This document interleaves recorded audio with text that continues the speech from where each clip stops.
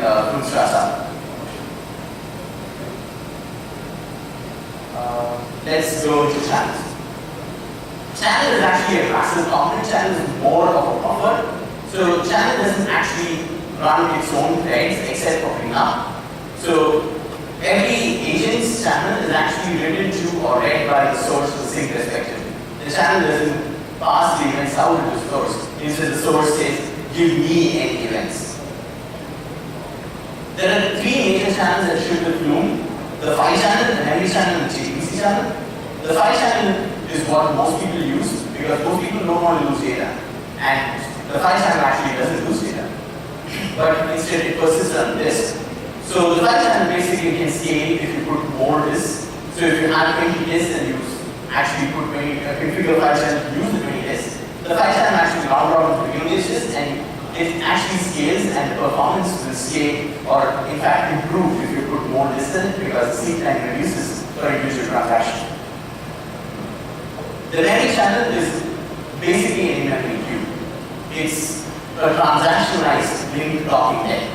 So as long as you put events and take events from the memory channel, it's going to give you a great performance, but it's not going to keep the events out of it.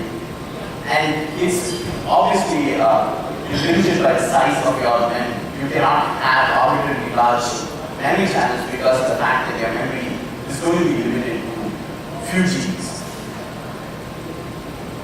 The file channel is actually implemented as a write-ahead blog. Brock Loaded actually wrote an excellent blog post on the Apache ASF blog about the file channel's design. So if you actually want to see how it is designed and implemented, you can go and look at that because that's probably one of the best places you can actually see. We are actually extremely proud of the file channel. Like when we started off with the file channel, the performance was really, really bad. And now, we have not seen a case where the file channel, people actually complain that the file channel is not performing well. The only caveat is that the file channel requires you to use batches. If you use single events, you are actually going to affect performance because of the fact that it takes every transaction. So, the file channel configuration is basically specifying the set of directories and the capacity of the channel and the transaction capacity. The rest of it is probably the default configuration will work for most people. This is actually based on the write-ahead blog paper, which is actually one of the most famous papers in computer science history. This is pretty much an implementation of that paper, except for the checkpointing part, which is done in a relatively different way, but quite innovative. So the checkpoint is actually an in-memory queue. We just basically read the checkpoint as a memory map buffer from a file. So every time in the checkpoint, we actually persist the entire state of the channel into this. But the checkpoint really is, it doesn't have events, it actually has only pointers to the events. And the pointer is basically file ID and where in the file the event is actually stored. And the log files are actually where data is stored. The log files are sequentially numbered and based on the number of directories, which hopefully are different hard disks, we basically have these numbering done sequentially. So the log IDs for a particular channel is actually going to be unique because when we start up, we will implement the log ID from the latest log ID which is already made. So when we start up, we basically remap the checkpoint file. That is running out of time. So it's late. So 2 minutes. So async is how you write the events out into the final destination. We quickly talk about HDFS and HBase is. HDFS actually is highly configurable, as you can see. I was too lazy to type it out. I actually took a screenshot from the Flume user guide. So you can actually configure the way you can way the events are written out to HDFS.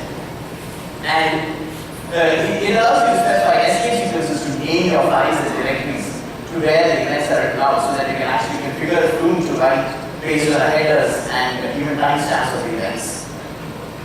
So this is how the escape sequencing works. You can actually look at it later.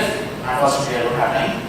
Async HBase sync uses the async HBase API to write events out to HBase.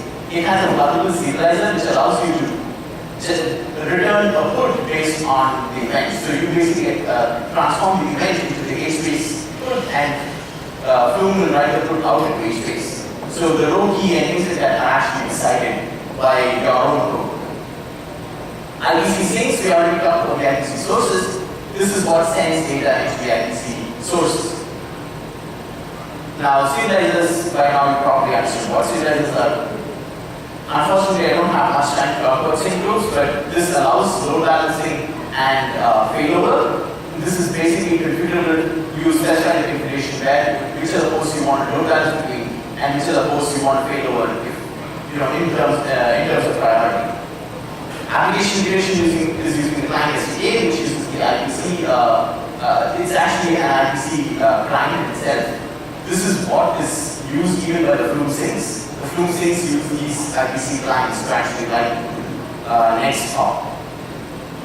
This is a relatively new addition. It's the embedded agent. It allows you to embed an entire agent into your own application.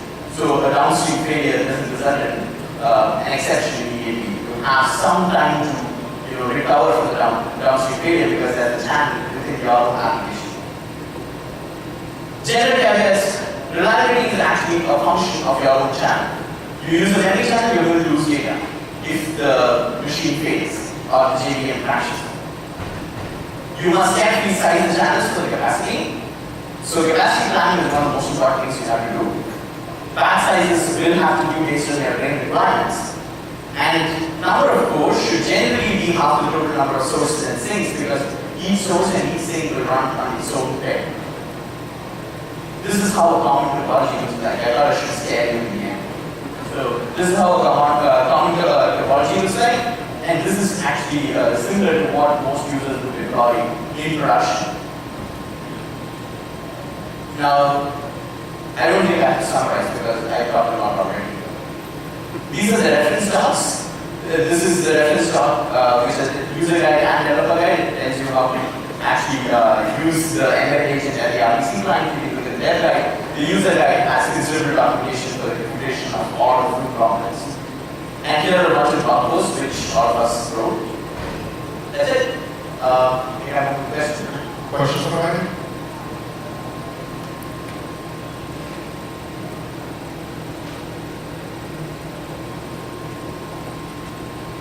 No, it's